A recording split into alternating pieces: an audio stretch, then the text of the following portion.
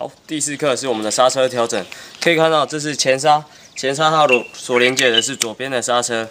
那我们教剪接的话，我们就是不使用器具了，有手动就可以调整刹车。可以看到这边，它刹车线连接上来，这边有一个微调的工具，你把它向外转的话，它就是稍微把它那条线稍微拉紧，所以就可以达到刹车更强韧的效果。可以看到这边，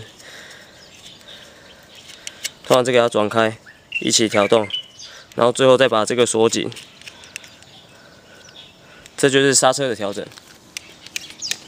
谢谢。